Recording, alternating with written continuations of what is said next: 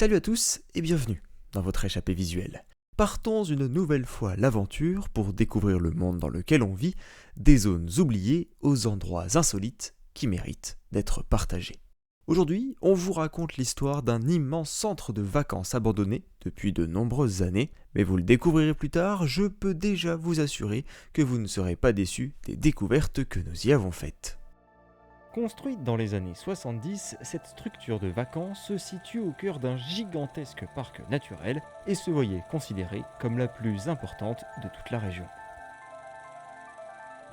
Comptabilisant près d'un millier de lits répartis dans les différentes chambres, elle enregistrait des records de fréquentation allant jusqu'à 130 000 nuitées par année. Avec sa capacité de 1000 lits, proposait 1000 lits chaque semaine. Et toute cette fréquentation provenait d'un lieu, une station de ski alpin familiale dans laquelle nous pouvions retrouver plusieurs remontées mécaniques dont un télésiège desservant les pistes. On y trouvait également une école de ski, un immense restaurant, un gymnase, une piscine et même un auditorium. Enfin, vous l'aurez compris, tout pour se faire plaisir.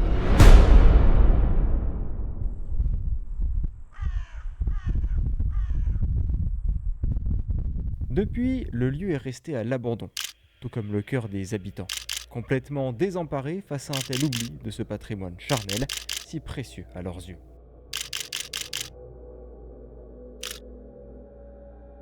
Certains espaces, très appréciés à l'époque, deviennent le lieu de fêtes illégales, de squats et surtout de fortes dégradations qui appuieront encore plus la tristesse des habitants, forcés de faire le deuil des beaux souvenirs de vacances vécus en famille ou bien entre amis, dans ce cadre aussi agréable fut-il. Cependant, contrairement à ce que beaucoup imaginent, le lieu est resté dans l'ensemble extrêmement bien conservé, donnant l'impression qu'il a été abandonné hier.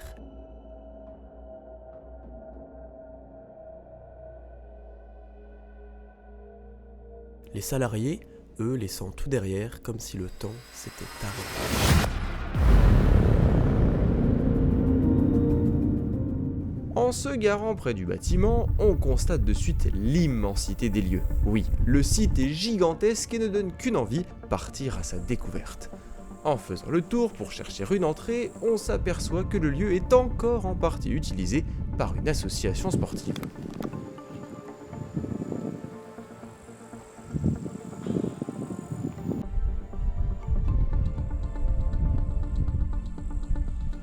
On découvre ensuite, un peu par hasard, des jeux abandonnés. Ils apportent une vraie ambiance combinant l'enfance et le temps passé. La nature, elle, reprend son cours. Et notre enfance aussi. Alors, pour parler un peu de l'histoire, au départ, le lieu appartenait à un syndicat de collectivités, puis un second.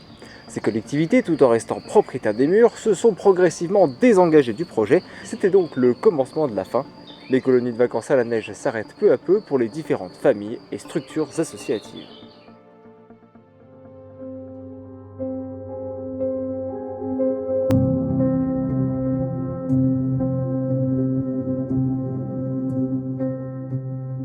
Après avoir trouvé un accès dans les lieux, on commence l'exploration par le gymnase.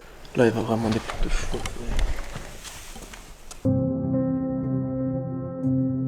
Nous y avons trouvé du matériel sportif en parfait état, prenant la poussière, mais premier ressenti, du calme.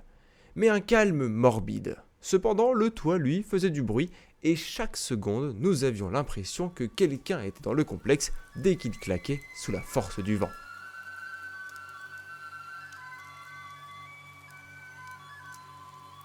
Plus nous avancions et plus les découvertes surprenantes s'enchaînaient. Le parquet est resté quasiment intact et le matériel, lui, n'a pas bougé d'un pouce. On retrouve une piste de pétanque, une table de ping-pong. Quant au terrain, le filet de badminton, les paniers ainsi que les cages sont encore là. Il ne suffit que d'un coup de balai pour relancer un match.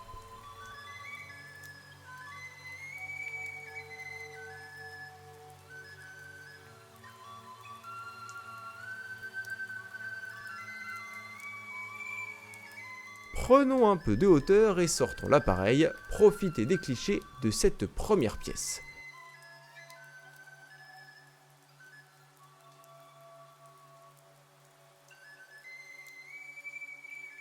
Mais imaginez surtout ce lieu à l'époque, plein de vie et d'énergie, le contraste est vraiment accablant.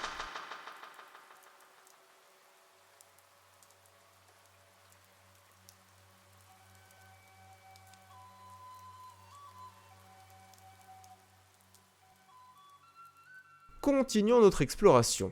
En se baladant, on tombe sur un couloir vraiment très sombre. Quelle merveilleuse idée! Allons-y! Et en franchissant la porte, on ressent tout de suite un changement d'ambiance à l'arrivée dans ce qui semble être des douches. Entre la lumière, la peinture dans l'évier et sur le miroir, des douches pour certaines dégradées, vous l'aurez compris, toujours cette ambiance très oppressante. La plupart des portes de casier sont fracturées avec certains maillots de bain gisant encore au sol. Rien n'a bougé, même pas ces fameux cintres que la plupart des plus jeunes ne connaissent pas malheureusement. L'histoire vous avait manqué? Bon, on continue. Dans les années 2010, les rénovations commencent à faire peur aux investisseurs. Mais cependant, ce n'est que le début, car la suite fait froid dans le portefeuille, mais surtout dans le cœur des habitués de cette structure tant appréciée. La structure originelle étant en mauvaise posture, les employés redoutaient tous l'arrivée d'un repreneur privé. Il ne resta plus qu'une seule solution, la gestion publique. La décision tombera plus tard, elle restera bien entre leurs mains. Revenons à notre visite. Après les douches, on arrive à la piscine. Et là, c'est le choc total. Elle est complètement vide et remplie d'objets en tout genre, comme des tables de ping-pong ou un transat. Cherchez l'intrus. Au bord de la piscine, on retrouve un carnet sanitaire avec tous les relevés de vérification de l'eau, des mannequins pour les tests de sauvetage et un test de chlore simplement ouvert et laissé comme tel.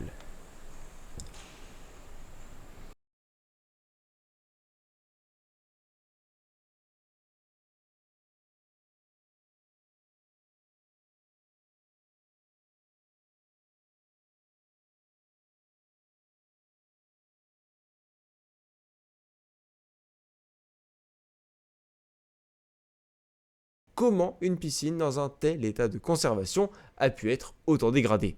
Il suffirait sûrement de la vider puis de la nettoyer avant de la remplir à nouveau, et cette partie du lieu aurait encore un usage.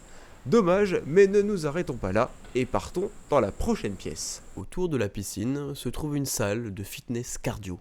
Des tapis de course, des rameurs y sont en parfait état, et on a testé, on vous le confirme, ils marchent. Parce que c'est rare de trouver ça sur des lieux.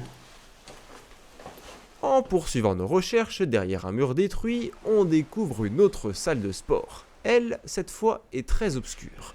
Mais une fois son contenu découvert, ce fut une nouvelle grosse surprise.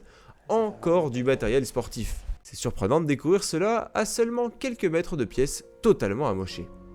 Mais l'histoire ne s'arrête pas là. Pendant 2 ans, le lieu est repris en main par la gestion publique pour le remettre à neuf. L'hypothèse consista à se dire que dans le cas où le centre atteindrait son équilibre économique en 2 ans, la piste d'un repreneur privé serait alors totalement écartée. Voyez cela comme LA possibilité du grand soulagement pour tous les locaux. Revenons à notre visite. Après le sport, le réconfort me direz-vous, alors direction la salle sauna hammam. Sa porte, elle aussi, est fracturée. Et autour, les pierres sont encore là, prêtes à faire chauffer la pièce.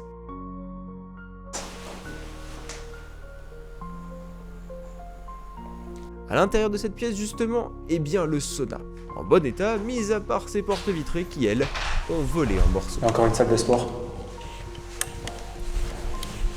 Putain, mais c'est immense.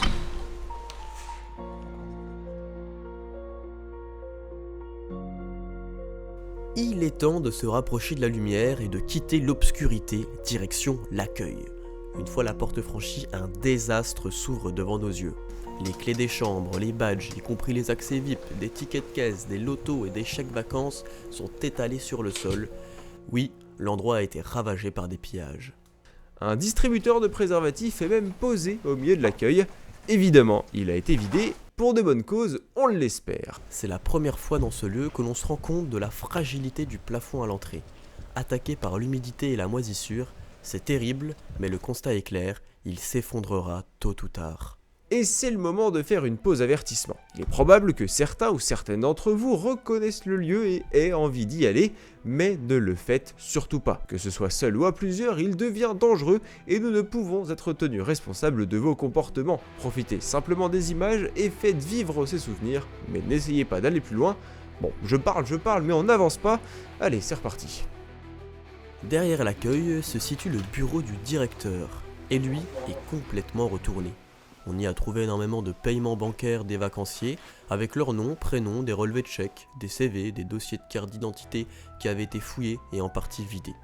Enfin bref, si le RGPD pouvait fonctionner ici, ça serait dramatique. C'est cette partie-là qui nous a vraiment fait comprendre le danger que pouvait représenter le dévoilement de l'adresse. Et bizarrement, un média local l'a fait sans se gêner. C'est plutôt dommage quant à la préservation et à la sécurité, mais bon, n'allons pas faire la morale ici. Arrêtons de ruminer, je sais que l'histoire vous avait manqué. Durant 2 années de gestion publique, ce bel Eldorado part vite aux oubliettes lorsqu'une offre d'un racheteur privé est bien plus intéressante. Il devient alors le nouveau propriétaire des lieux durant 2 années, au cours desquelles un flou juridique et administratif s'installait. Puis, cette société finira par disparaître avant d'être rachetée, puis revendue et dispersée, toujours par le même groupe. Enfin bref, la fin d'une énième histoire. Retour en visite. À côté de l'accueil, il y a la réception, composée de tables et de chaises qui, elles, n'ont pas bougé d'un pouce. Cette partie est d'ailleurs super bien préservée, avec simplement des plantes fanées.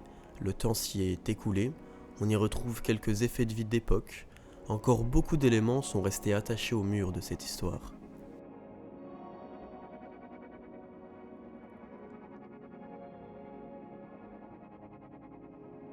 Les décorations du dernier Noël sont encore affichées, tout comme les messages d'accueil et de bienvenue. Mais vous vous demandez sûrement ce qu'est devenu le lieu aujourd'hui. Eh bien, il est resté à l'abandon. Comme vous l'avez vu jusqu'à maintenant, certains murs moisissent et menacent de s'effondrer. L'entretien n'est plus réalisé et certaines des chambres sont utilisées comme lieu de squat. D'ailleurs, en parlant de squat, lorsque nous avons quitté l'auditorium, nous sommes passés par des escaliers sur lesquels était disposée une couverture, ainsi que des effets de vie d'une personne squattant le lieu.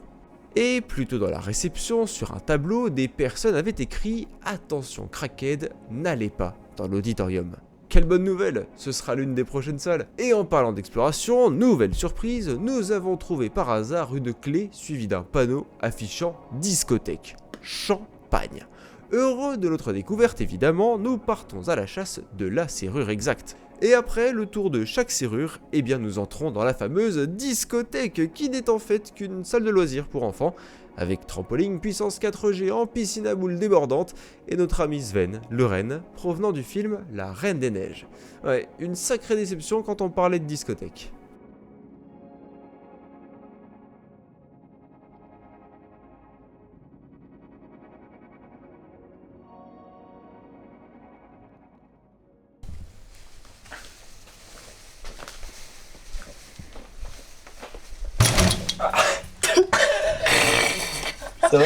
Autre salle très importante, le bar. Et il était encore rempli d'alcool lors de sa fermeture, ce qui a permis aux premiers pilleurs de venir se servir tout en dégradant la pièce. Le matériel, lui, comme la magnifique machine à café ou encore les tireuses à bière, sont en parfait état. Cependant, la machine à popcorn n'a pas survécu au sabotage. Beaucoup de verres propres sont encore bien rangés et c'est assez surprenant en découvrant l'état de cette pièce.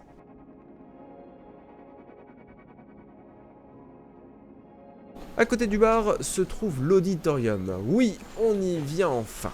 Il est fortement dégradé, son vidéoprojecteur est arraché et la majorité du matériel audiovisuel est cassé, ainsi que sa toile blanche de projection découpée de partout. Vous l'aurez compris, une véritable scène de chaos. Dans plusieurs salles adjacentes à l'auditorium, nous avons trouvé du matériel de projection de pellicule. Sympa. Le canapé, ça, c'est autre chose. N'est-ce pas magnifique? Et si, c'est magnifique. À ce moment-là, depuis l'auditorium, on se rend compte que si nous ne sommes pas dans la même pièce, il est parfois impossible de s'entendre lorsque nous nous appelons à seulement quelques dizaines de mètres. Normal, me direz-vous, c'est insonorisé. Mais cette situation assez angoissante ne laissait que peu de temps de réaction en cas de surprise. En redescendant, les escaliers nous mènent au garage. On y trouva des restes de nourriture dans un caddie et sur les différentes étagères.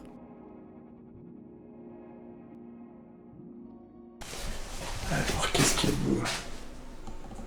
Une belle machine à café, des graines, du yaki sushi, bref, truc au sushi, gold en plus.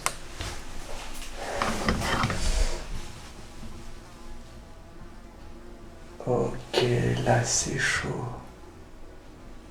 Des camions sont toujours là, derrière le bâtiment, comme s'ils attendaient d'être conduits. Mis à part ça, le garage était propre, on dirait qu'il avait été nettoyé. Putain, toute la bière, Ben ou Benz. Après la bière, bon, j'arrête, du coup, je sais pas de La limonade. 30 € de consigne, attention. Ouais, mais c'est du dépôt. Et le sol est humide par contre. Cave après derrière. Oh, c'est une chaufferie. Mais sous le garage se trouve aussi la chaufferie. Toujours équipée et raccordée, il serait peut-être judicieux de la rallumer.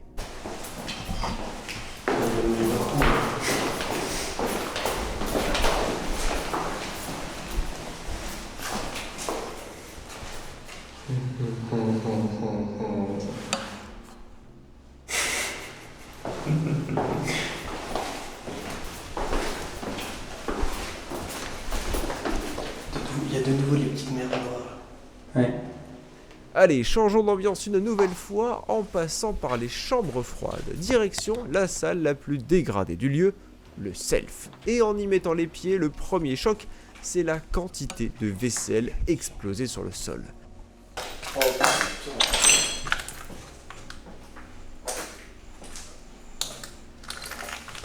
Des objets assez insolites, comme un traîneau, ont été retrouvés, mais le plus surprenant, c'est à quel point les chaises sont rangées sans aucun dégât. Simplement une robe de poussière. Non mais vraiment, regardez ces lignées de chaises parfaitement disposées. Et en s'approchant, nous sommes tombés sur une petite surprise. Ouais, du 3 rivières sur la table. Avec 2 verres.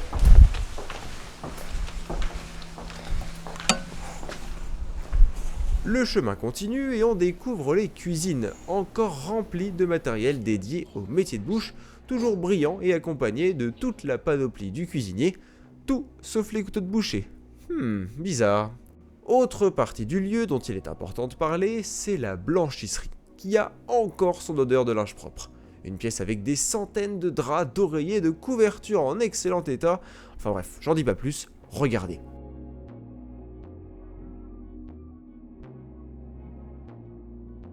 On voit la différence avec nos machines d'aujourd'hui. Regardez la taille de celle-ci, c'est affolant.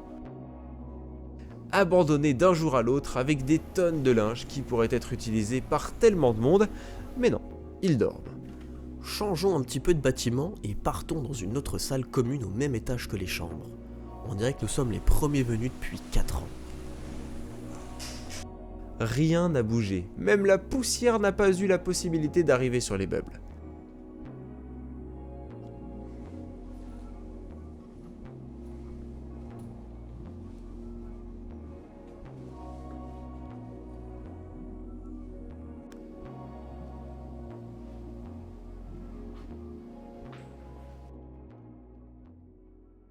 Pour conclure les amis, cette exploration nous a vraiment marqué.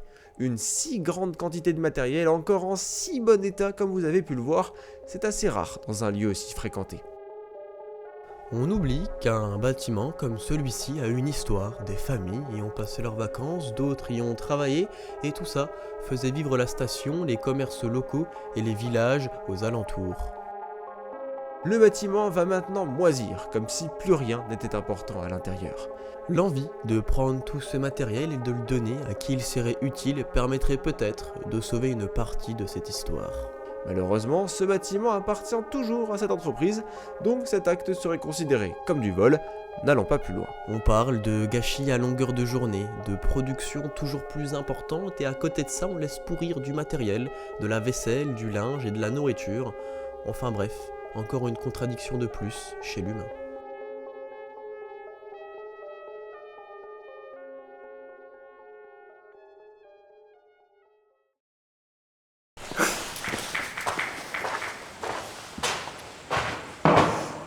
Ça part en fait.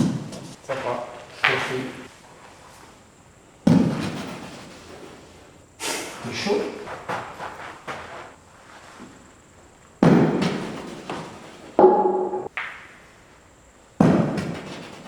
Oh. Oh non. Eh, quand même bien rattrapé. Oh oui. Oh, il est bon. Il est bon, il est bon, il est bon, il est bon. Tu vois, tu pointes ton... Bon.